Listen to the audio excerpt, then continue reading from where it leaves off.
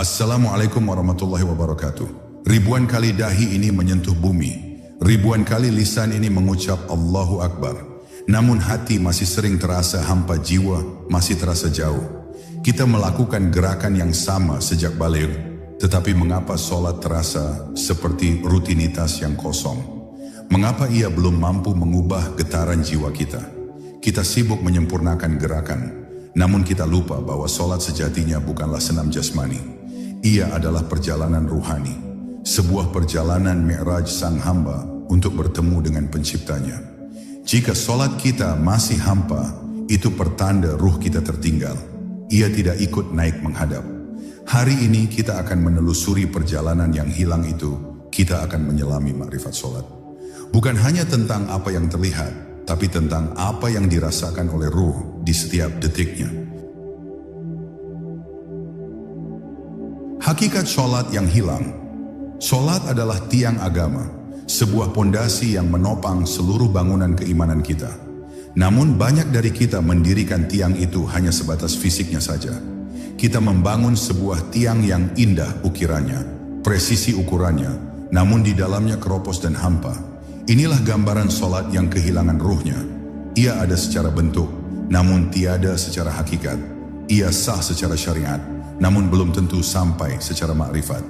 Kita terburu-buru mengejar rakaat seolah sedang dikejar waktu, padahal sholat adalah momen di mana kita seharusnya menghentikan waktu.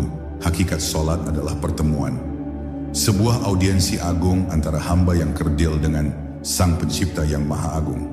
Bayangkan seorang bawahan yang dipanggil menghadap raja di raja. Tentu ia akan mempersiapkan diri, memakai pakaian terbaik, dan fokusnya hanya tertuju pada sang raja. Namun kita, saat dipanggil melalui azan, seringkali hadir dengan pikiran yang bercabang. Tubuh kita menghadap kiblat, namun hati kita terbang ke pasar, ke kantor, atau tenggelam dalam masalah yang belum usai. Kita gagal menghadirkan diri kita seutuhnya di hadapannya. Kesalahan terbesar kita adalah menganggap sholat sebagai kewajiban yang memberatkan, bukan sebagai kebutuhan yang menenangkan. Seperti seorang penyelam yang membutuhkan tabung oksigen, sholat adalah tabung oksigen ruhani kita. Di luar sholat, kita menyelam di lautan dunia yang melelahkan dan menyesakkan. Sholat adalah momen kita naik ke permukaan, mengambil nafas ilahi, mengisi kembali energi spiritual kita. Tanpa pemahaman ini, sholat hanya akan menjadi beban yang ingin segera dituntaskan, bukan kerinduan yang ingin segera ditunaikan. Para sufi mengajarkan bahwa sholat adalah kematian kecil. Kematian dari apa? Kematian dari keakuan. Saat kita berdiri sholat, kita sedang mematikan ego kita, mematikan kepentingan duniawi kita, dan hanya menghidupkan kesadaran kita kepada Allah Subhanahu wa Ta'ala. Sholat yang benar akan membuat kita keluar darinya sebagai pribadi yang baru, yang lebih rendah hati, lebih sabar, lebih jernih. Jika setelah sholat kita masih pemarah, masih pendengki, masih sombong, itu tandanya kematian kecil itu belum terjadi. Sholat adalah barometer hati. Jika hati kita masih kotor, sholat kita akan terasa berat dan hampa. Sebaliknya, sholat yang khusyuk adalah alat pembersih hati yang paling ampuh. Keduanya saling berkaitan. Sesungguhnya sholat itu mencegah dari perbuatan keji dan mungkar. Pertanyaannya, mengapa sholat kita belum mampu mencegah kita dari maksiat? Jawabannya adalah karena sholat itu baru menyentuh jasad, belum meresap ke dalam ruh. Airnya hanya membasahi permukaan, tidak sampai ke akar dalam. Quran, Surat Al-Ma'un ayat 4-5. Allah Subhanahu wa Ta'ala berfirman, maka celakalah bagi orang-orang yang sholat, yaitu orang-orang yang lalai dari sholatnya. Lalai di sini bukan hanya berarti menunda-nunda waktu. Makna terdalamnya adalah lalai akan hakikat sholat itu sendiri. Mereka sholat, tapi pikiran mereka lalai. Mereka ruku, tapi hati mereka tidak ikut tunduk. Mereka sujud, tapi ego mereka masih angkuh berdiri. Oleh karena itu, langkah pertama untuk menemukan kembali hakikat sholat adalah dengan menyadari. Menyadari bahwa kita sedang dalam masalah besar jika sholat kita masih hampa. Menyadari bahwa kita membutuhkan pertolongan Allah Subhanahu wa Ta'ala untuk bisa merasakan lezatnya sholat. Perjalanan ini bukan perjalanan fisik, tapi perjalanan ke dalam diri, perjalanan untuk mengajak ruh kita agar ikut serta dalam setiap gerakan dan hembusan nafas saat kita menghadapnya. Wudhu, gerbang penyucian ruh. Perjalanan ruhani menuju sholat tidak dimulai saat kita mengucapkan Allahu Akbar. Ia dimulai jauh sebelumnya. Ia dimulai saat tetes pertama air wudhu menyentuh kulit kita. Wudhu adalah gerbang penyucian. Ia bukan sekadar ritual membersihkan debu fisik. Jika hanya untuk bersih, tentu sabun dan sampo akan lebih efektif.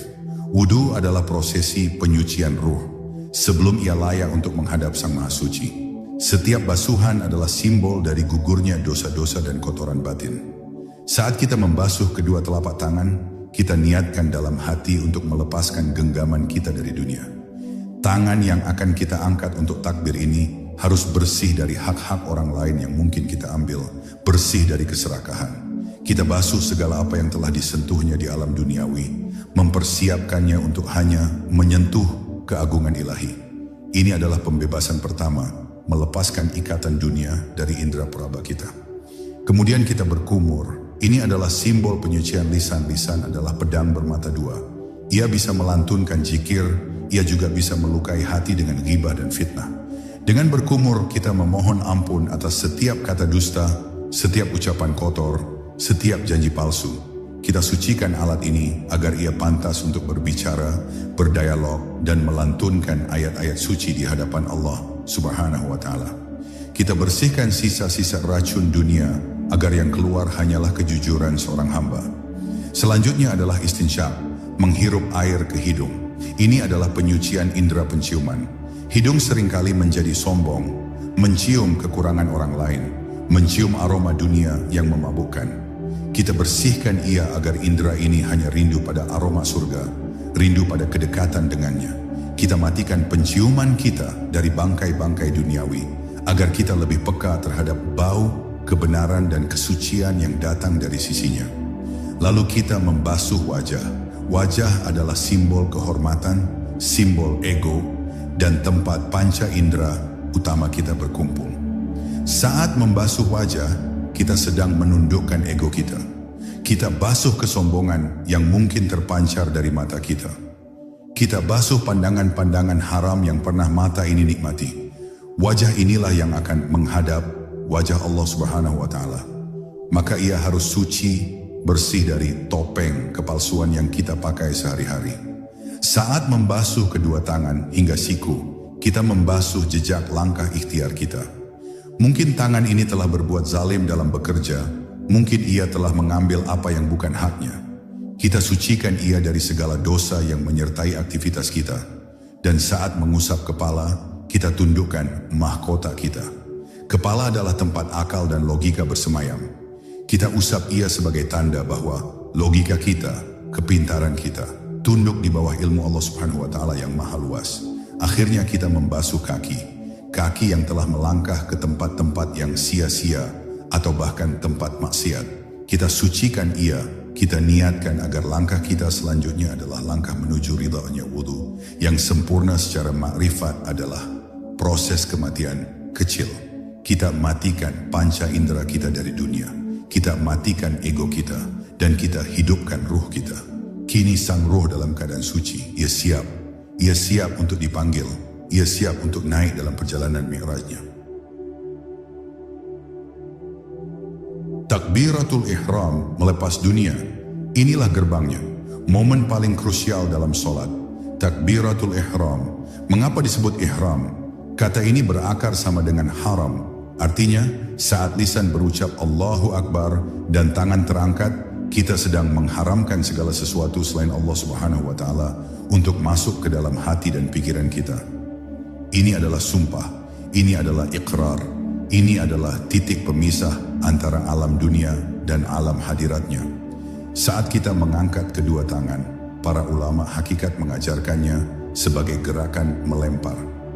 Apa yang kita lempar? Kita sedang mengambil semua isi dunia, harta, jabatan, masalah, keluarga, kebencian, cinta, yang selama ini memenuhi hati kita. Lalu kita melemparnya jauh-jauh ke belakang punggung kita. Kita sedang berkata, semua itu kecil, semua itu fana. Dan kini, aku hanya menghadap Engkau yang maha besar. Allahu Akbar, Allah maha besar. Kalimat ini bukan sekadar pernyataan, tapi sebuah pengakuan yang seharusnya menggetarkan jiwa. Jika Allah maha besar, maka otomatis semua selainnya adalah kecil. Masalahmu kecil, kekhawatiranmu kecil, jabatanmu kecil, musuhmu kecil. Jika setelah takbir hati kita masih merasa besar dengan kesombongan kita, atau jika hati kita masih menganggap besar masalah kita, berarti takbir kita baru sebatas lisan. Ruh kita belum ikut bertakbir. Inilah filter pertama. Banyak dari kita gagal di gerbang ini. Lisan mengucapkan Allahu Akbar, tapi hati masih sibuk menghitung laba rugi. Tangan terangkat, tapi pikiran masih terikat pada janji temu setelah sholat. Kita membawa sampah dunia ke dalam hadirat yang maha suci. Bagaimana mungkin kita bisa khusyuk? Bagaimana mungkin ruh bisa terhubung? Takbiratul ihram adalah kunci pembuka. Jika kuncinya salah, pintunya tidak akan pernah terbuka. Gerakan mengangkat tangan juga dimaknai sebagai penyerahan diri. Kita mengangkat kedua tangan dalam posisi berserah, surrender. Ya Allah, inilah aku. Aku datang dengan segala kekuranganku. Aku menyerahkan seluruh urusanku padamu. Aku kosongkan diriku dari selainmu. Ini adalah momen mengosongkan gelas. Gelas hati harus kosong dari air dunia, agar ia bisa diisi dengan air makrifat dan cahaya, khusyuk. Maka detik-detik sebelum takbir adalah persiapan mental yang dahsyat. Berdirilah tegak menghadap kiblat. Rasakan bahwa kita sedang berdiri di hadapan arsy. Rasakan bahwa malaikat maut ada di belakang kita. Surga di kanan, neraka di kiri. Fokuskan pandangan, tarik nafas. Lalu dengan kesadaran penuh, lepaskan dunia. Allahu Akbar. Jika takbir ini benar, kita akan merasakan sesuatu yang berbeda. Ada getaran, ada perpindahan dimensi. Kegagalan kita di takbiratul ihram inilah yang membuat seluruh rangkaian sholat kita menjadi hambar. Kita sholat dalam keadaan pintu tertutup. Kita hanya melakukan gerakan-gerakan tanpa ruh, karena sang ruh masih tertinggal di luar pintu, terikat oleh dunia yang kita gagal lemparkan tadi. Sholat menjadi beban karena kita membawa beban dunia ke dalamnya. Seharusnya sholat adalah tempat kita meletakkan beban itu. Al-Fatihah, dialog sang hamba. Setelah berhasil menutup pintu dari dunia melalui takbir, kita kini berdiri tegak di hadapannya.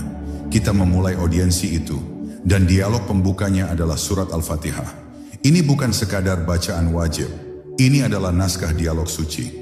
Dalam sebuah hadits qudsi, Allah Subhanahu wa Ta'ala berfirman bahwa Dia membagi sholat Al-Fatihah antara dirinya dan hambanya saat hambanya berkata, "Segala puji bagi Allah, Tuhan semesta alam."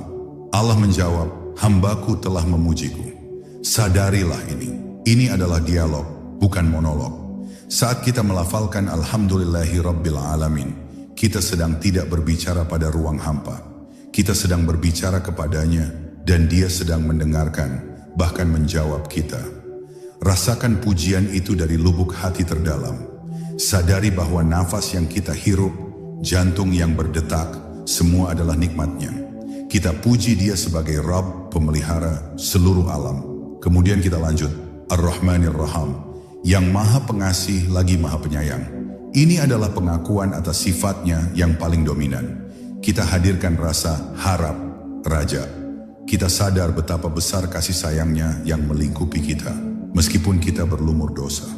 Lafalkan dengan penuh cinta, seolah kita sedang bermanja kepada zat yang paling kita cintai. Allah pun menjawab, "Hambaku telah menyanjungku." Maliki Yaumiddin, Raja di hari pembalasan. Setelah harap, kini kita hadirkan takut, khauf. Kita sadari bahwa kekuasaan mutlak hanya miliknya. Semua topeng jabatan dan kekayaan dunia akan luntur. Hanya Dia sang Raja. Ini menyeimbangkan hati kita. Kita mencintainya karena Dia Ar-Rahman, dan kita takut padanya karena Dia Al-Malik. Allah menjawab, "Hambaku telah mengagungkanku." Inilah puncaknya. Iyyaka na'budu wa iyyaka nasta'in. Hanya kepadamu kami menyembah dan hanya kepadamu kami memohon pertolongan. Ini adalah ikrar inti dari seluruh kehidupan. Ini adalah deklarasi kemerdekaan ruh merdeka dari penyembahan terhadap hawa nafsu, harta, dan makhluk. Kita tegaskan komitmen, ibadahku hanya untukmu, pertolonganku hanya darimu. Ini adalah perjanjian antara kita dan Dia. Setelah berikrar, barulah kita pantas untuk meminta. Dan permintaan terbesar seorang hamba adalah, ihdinas syirathal mustaqam, tunjukilah kami jalan yang lurus. Ini bukan permintaan biasa. Ini adalah permintaan navigasi kehidupan. Kita memohon agar ruh kita selalu dibimbing di atas jalan kebenaran, jalan yang membawanya kembali pulang kepadanya. Kita tidak meminta dunia, kita meminta jalan. Syirathal ladzina an'amta alaihim ghairil maghdubi alaihim waladdallin. Jalan orang-orang yang telah Engkau beri nikmat, bukan jalan mereka yang dimurkai karena tahu kebenaran tapi mengingkarinya, dan bukan pula jalan mereka yang sesat karena tidak tahu kebenaran. Kita memohon agar dimasukkan ke dalam rombongan para nabi, para syidikin, syuhada, dan syalihin. Al-Fatihah adalah summary perjalanan hidup. Ia adalah pujian, pengakuan, ikrar, dan permohonan. Lafalkan ia perlahan, ayat per ayat. Rasakan jawaban Allah di setiap jedanya. Ruku'u, ketundukan akal dan ego. Setelah dialog agung dalam Al-Fatihah, kita melanjutkan perjalanan ke tahap ketundukan. Kita bertakbir, lalu kita ruku. Ruku adalah simbol ketakziman. Ia adalah bentuk penghormatan fisik yang luar biasa. Kita tidak lagi berdiri tegak dengan keakuan kita. Kita membungkukkan badan, merendahkan diri kita di hadapan keagungannya. Ini adalah terjemahan fisik dari apa yang baru saja kita ikrarkan dalam Al-Fatihah. Ma'rifat terdalam dari ruku adalah ketundukan akal. Saat ruku, kita diperintahkan untuk meluruskan punggung kita hingga kepala kita sejajar dengan hati dan punggung. Kepala adalah simbol akal, logika, dan ego. Seringkali akal kita merasa lebih tinggi dari hati. Logika kita menolak kebenaran jika ia tidak masuk akal. Dalam ruku, kita memaksa kepala kita untuk tunduk, sejajar dengan hati yang beriman. Kita sedang melatih akal kita untuk patuh pada wahyu. Dalam posisi tunduk itu, lisan kita berucap, Subhana Rabbiyal Azam, Maha Suci Tuhanku yang Maha Agung. Mengapa Al-Azim yang Maha Agung? Karena ruku adalah momentum untuk menghancurkan keagungan palsu yang ada dalam diri kita. Kita merasa agung karena jabatan. Kita merasa agung karena ilmu. Kita merasa agung karena harta. Saat ruku, kita katakan, bukan aku yang agung, engkaulah yang maha agung. Kesucianmu jauh dari segala sangkaan logikaku. Ruku adalah istirahat bagi akal. Akal manusia sangat terbatas. Ia lelah jika terus dipaksa memikirkan zat yang tak terbatas. Dalam ruku, akal kita bersujud. Ia mengakui keterbatasannya. Ia menyerah, ia tidak lagi mempertanyakan kenapa begini atau kenapa begitu. Ia hanya tunduk pada perintah sang pencipta akal itu sendiri. Inilah indahnya Islam. Ia tidak mematikan akal, tapi ia menempatkan akal pada posisi yang semestinya, yaitu di bawah wahyu. Posisi ruku adalah posisi mengosongkan diri dari kesombongan. Kita menunduk, darah mengalir ke kepala, memberikan kita perspektif yang berbeda. Ini adalah latihan rendah hati. Semakin kita merasa berisi, semakin kita harus menunduk pati yang berisi akan semakin merunduk. Seorang hamba yang berisi iman dan makrifat akan semakin dalam rukunya, semakin ia merasa tidak ada apa-apanya di hadapan Allah Subhanahu wa ta'ala. Ruku juga merupakan jeda penting sebelum kita menuju puncak Mi'raj, yaitu sujud. Ia adalah transisi dari berdiri, syariat, menuju jatuh, hakikat. Jika ruku kita benar, jika akal kita sudah benar-benar tunduk, maka sujud kita akan terasa lebih nikmat. Namun jika saat ruku akal kita masih berkelana, memikirkan kehebatan diri atau rencana dunia, maka sujud kita nanti hanyalah sujudnya jasad, bukan sujudnya ruh. Maka nikmatilah ruku itu. Jangan terburu-buru. Rasakan getaran Subhana Rabbiyal Azim itu dari hati. Biarkan ia menghancurkan sisa-sisa keagungan diri. Biarkan akal kita benar-benar patuh. Ini adalah momen pengakuan bahwa kita adalah hamba dan Dia adalah Tuhan yang Maha Agung. Ketundukan akal inilah yang akan membuka pintu ketundukan rohani yang lebih dalam lagi. Aktidal, pengakuan hamba yang didengar. Setelah akal kita tunduk dalam ruku', kita bangkit. Kita berdiri tegak kembali dalam posisi i'tidal. Namun, ini bukan berdiri yang sama dengan saat kita membaca Al-Fatihah. Ini adalah berdiri yang syarat makna. Saat bangkit, lisan kita mengucapkan, Sami Allahu liman hamidah. Allah Maha mendengar pujian orang yang memujinya. Ini adalah sebuah konfirmasi agung. Sadarilah kalimat ini. Allah Maha mendengar. Ini adalah jawaban langsung atas ruku' kita tadi. Saat kita ruku' memujinya, Subhana Rabbiyal Azim, kini Dia mengkonfirmasi bahwa pujian kita didengar. Ini adalah sebuah kabar gembira. Solat kita tidak bertepuk sebelah tangan. Dialog kita tidak satu arah. Kita sedang diperhatikan. Kita sedang didengarkan oleh Sang Penguasa langit dan bumi. Betapa mulianya hamba yang didengarkan langsung oleh Tuhannya. Saat kita berdiri tegak dalam i'tidal, kita menyambut konfirmasi itu dengan jawaban yang lebih dahsyat. Rabbana walakal hamd. Wahai Tuhan kami, dan hanya bagimulah segala puji. Ini adalah respon kita atas kabar bahwa Dia mendengar kita. Kita memujinya kembali pujian yang lahir dari kesadaran bahwa kita adalah hamba yang diperhatikan. Ini adalah pujian syukur, pujian yang tulus. I'tidal adalah momen testimoni. Setelah akal kita tunduk, ruku, kita kini berdiri sebagai saksi. Kita bersaksi bahwa Allah Maha mendengar. Ini adalah peneguhan iman. Keyakinan kita bertambah bahwa tidak ada satupun keluh kesah kita, tidak ada satupun zikir kita yang sia-sia. Semua tercatat dan didengar. Ini memberikan ketenangan luar biasa bagi jiwa. Jiwa yang tadinya resah karena merasa sendirian, kini sadar bahwa ia selalu didampingi dan didengarkan. Posisi i'tidal juga merupakan istirahat sejenak bagi fisik, namun puncak bagi kesadaran ruhani. Ini adalah posisi penerimaan. Kita menerima bahwa Dia mendengar kita, kita menerima takdirnya, kita menerima segala ketetapannya dengan pujian. Ini adalah posisi ridha. Kita ridha atas apapun yang Dia berikan, karena kita tahu Dia mendengar apa yang terbaik untuk kita. Jangan pernah mencuri waktu di momen i'tidal. Banyak orang terburu-buru bangkit dari ruku dan langsung terjun ke sujud.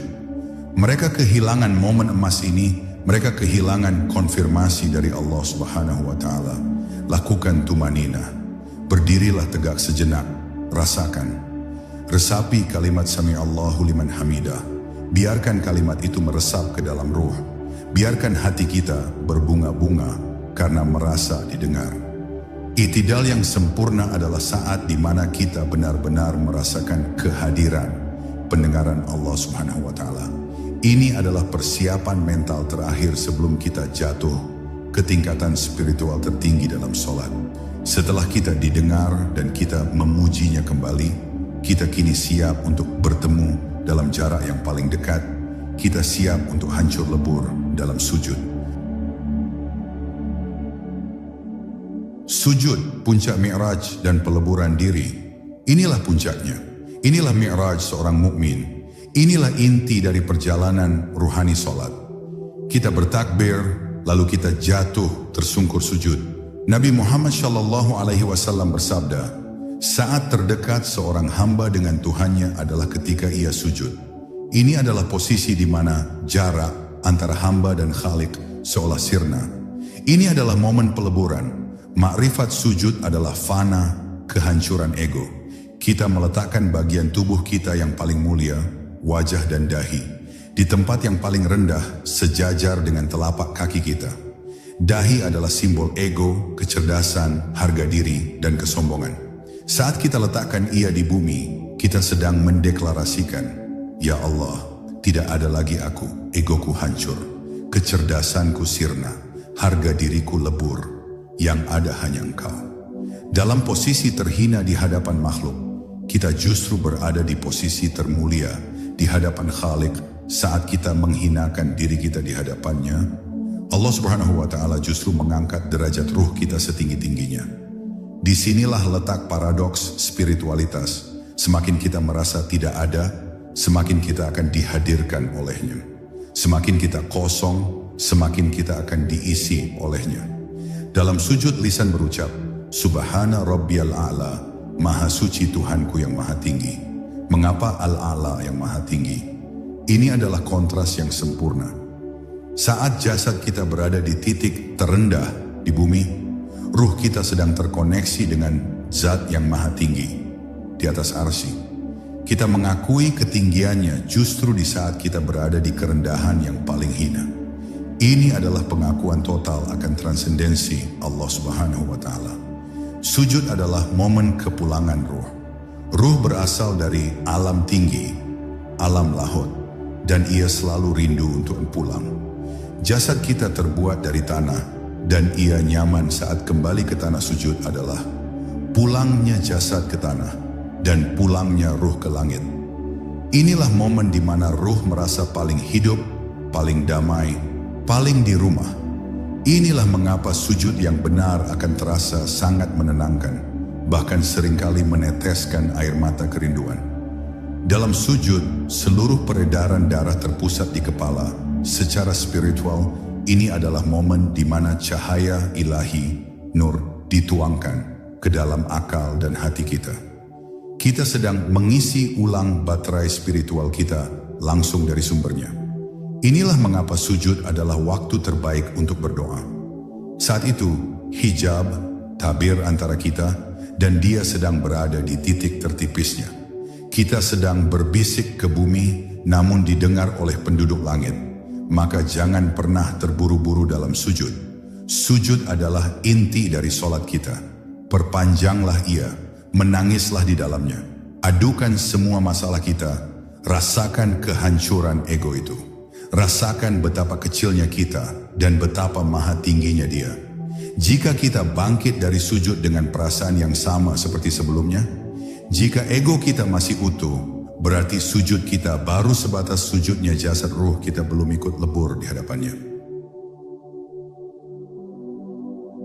Duduk di antara dua sujud, jeda kebutuhan rohani.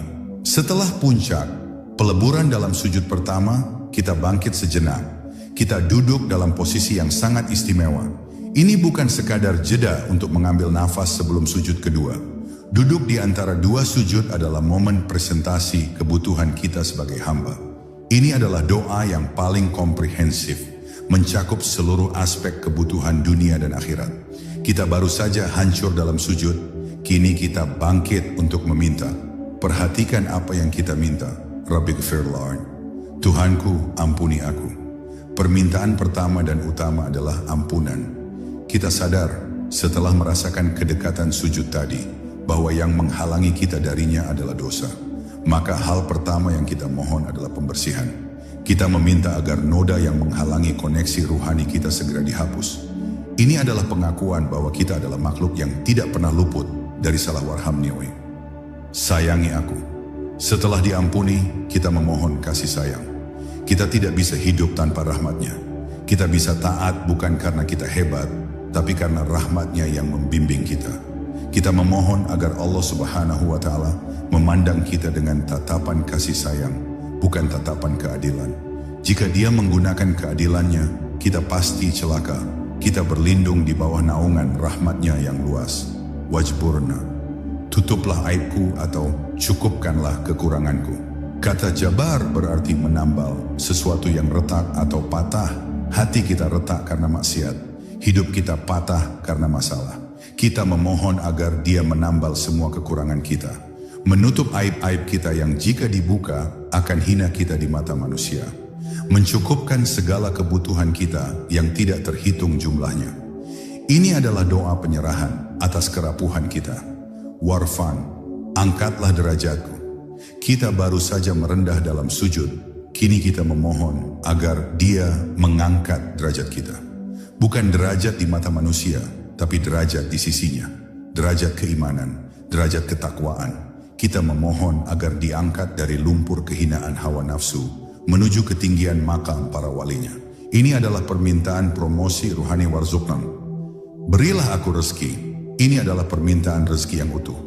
Bukan hanya rezeki materi berupa harta, tapi yang lebih penting, rezeki hati berupa ketenangan, rezeki akal berupa ilmu yang bermanfaat, rezeki roh berupa hidayah dan istiqamah. Kita memohon rezeki yang halal, baik, dan memberkahi, yang mendekatkan kita padanya, bukan yang menjauhkan wahdin, wa'afin, wa'fu'an. Berilah aku petunjuk, sehatkanlah aku, dan maafkanlah aku. Kita tutup dengan 3 permintaan esensial. Petunjuk, hidayah, agar tidak tersesat, kesehatan, afiah, lahir dan batin agar bisa beribadah. Dan maaf, afun, tingkatan yang lebih tinggi dari ampunan, maghfirah, yaitu dihapusnya dosa hingga ke akar-akarnya, seolah tidak pernah terjadi. Kita kembali sujud dengan membawa bekal, baru setelah semua permintaan kita ajukan. Tasyahud, kesaksian agung di hadapan langit. Setelah sujud kedua, kita kini duduk untuk tasyahud atau tahiyat. Ini adalah babak penutup dari perjalanan Mi'raj kita. Jika solat adalah audiensi, maka tasyahud adalah momen penutupan dan penandatanganan kesaksian. Kita tidak lagi meminta atau memuji secara vertikal saja. Kini kita duduk dalam posisi penyaksian kosmik. Kita mulai dengan at-tahiyatulillah. Segala kehormatan, ucapan selamat hanyalah milik Allah. Awalnya, ucapan ini adalah sapaan para malaikat. Namun dalam peristiwa Isra Mi'raj, saat Nabi Muhammad SAW bertemu Allah Subhanahu wa Ta'ala, beliau mengucapkan ini. Ini adalah adab tertinggi. Kita mengakui bahwa segala bentuk penghormatan, keagungan, dan pujian di alam semesta ini pada hakikatnya kembali kepadanya. Wasshalawatu wathayyibat. Segala solawat, doa, dan kebaikan amalan juga miliknya. Kita mengakui bahwa solat yang baru saja kita lakukan dan semua kebaikan yang kita kerjakan bukanlah milik kita. Itu semua adalah milik Allah Subhanahu wa Ta'ala, terjadi atas izinnya dan hanya layak dipersembahkan kepadanya. Ini adalah puncak dari pelepasan kepemilikan amal. Kita hancurkan ujub dan ria atas ibadah kita sendiri. Lalu, dialog agung itu berlanjut. Allah Subhanahu wa Ta'ala menjawab sapaan Nabi, Assalamu alayka ayyuhan nabiyyu wa rahmatullahi wa barakatuh. Keselamatan atasmu wahai Nabi, beserta rahmat Allah dan keberkahannya. Dalam tasyahud, kita mengulang kembali dialog ini. Kita sedang hadir dalam peristiwa Mi'raj itu, kita menyapa Rasulullah dan kita didoakan kembali oleh Allah Subhanahu wa Ta'ala. Setelah sapaan kepada Nabi, kita tidak egois. Kita menebarkan keselamatan itu. Assalamu alayna wa ala ibadillahi syalih. Keselamatan semoga tercurah atas kami dan atas hamba-hamba Allah yang syalih. Kita terhubung dengan seluruh umat. Kita menjadi bagian dari jamaah orang-orang syalih di seluruh penjuru langit dan bumi. Solat kita yang bersifat personal kini berubah menjadi sosial dan universal. Setelah terhubung secara horizontal, kita kembali ke inti kesaksian vertikal. Asyhadu an la ilaha illallah. Aku bersaksi bahwa tiada Tuhan selain Allah. Ini adalah penandatanganan kita. Setelah seluruh perjalanan dari takbir hingga sujud, setelah merasakan kedekatannya, kini kita bersaksi dengan seluruh jiwa kita. Ini bukan lagi ilmu, pengetahuan, tapi syahadah, kesaksian. Kita menyaksikan keesaannya. Wa ashhadu anna Muhammadar Rasulullah. Dan aku bersaksi bahwa Muhammad adalah utusan Allah. Kita bersaksi bahwa perjalanan agung yang baru saja kita simulasikan ini, jalannya adalah melalui beliau. Beliaulah pemandu perjalanan Mi'raj ini. Kita tutup dengan sholawat Ibrahimiyah, memohon berkah atas Nabi Muhammad dan Nabi Ibrahim alaihimussalam sebagai bentuk terima kasih kita atas jalan yang telah mereka tunjukkan. Salam kembali ke dunia membawa cahaya. Inilah akhir dari perjalanan Mi'raj kita. Salam. Kita menoleh ke kanan, lalu ke kiri, seraya mengucap, Assalamualaikum warahmatullahi. Keselamatan dan rahmat Allah besertamu. Ini bukan sekadar tanda solat selesai. Ini adalah misi setelah solat. Kita baru saja turun dari hadiratnya, kita baru saja diisi ulang dengan nur cahaya ilahi, dan oleh-oleh pertama yang kita bawa adalah assalam, kedamaian, dan rahmat, kasih sayang. Saat menoleh ke kanan, kita sedang memberi salam kepada malaikat raqib dan kepada saudara-saudara kita, kaum sholehin, baik manusia maupun jin, yang berada di sisi kanan kita. Kita tebarkan oleh-oleh kedamaian yang kita dapatkan dari sholat. Kita sedang berkata, aku kembali dari hadiratnya dan aku membawa kedamaian untukmu, engkau aman dariku. Saat menoleh ke kiri, kita memberi salam kepada malaikat atid dan segenap makhluk di sisi kiri kita. Ini adalah deklarasi universal sholat kita selesai. Ihram kita telah dibuka. Kita halal kembali untuk berinteraksi dengan dunia. Tapi kita kembali bukan sebagai orang yang sama. Kita kembali sebagai agen kedamaian. Kita kembali sebagai khalifah yang membawa rahmat. Sholat yang benar adalah pabrik yang mencetak agen-agen kedamaian. Bagaimana mungkin lisan yang baru saja mengucapkan Assalamualaikum 5 menit kemudian menyakiti hati tetangganya? Bagaimana mungkin tangan yang baru saja dibersihkan dalam wudu dan sholat kemudian digunakan untuk berbuat curang? Jika itu terjadi, berarti sholat kita hanya membekas di sajadah, tidak membekas di dalam dada.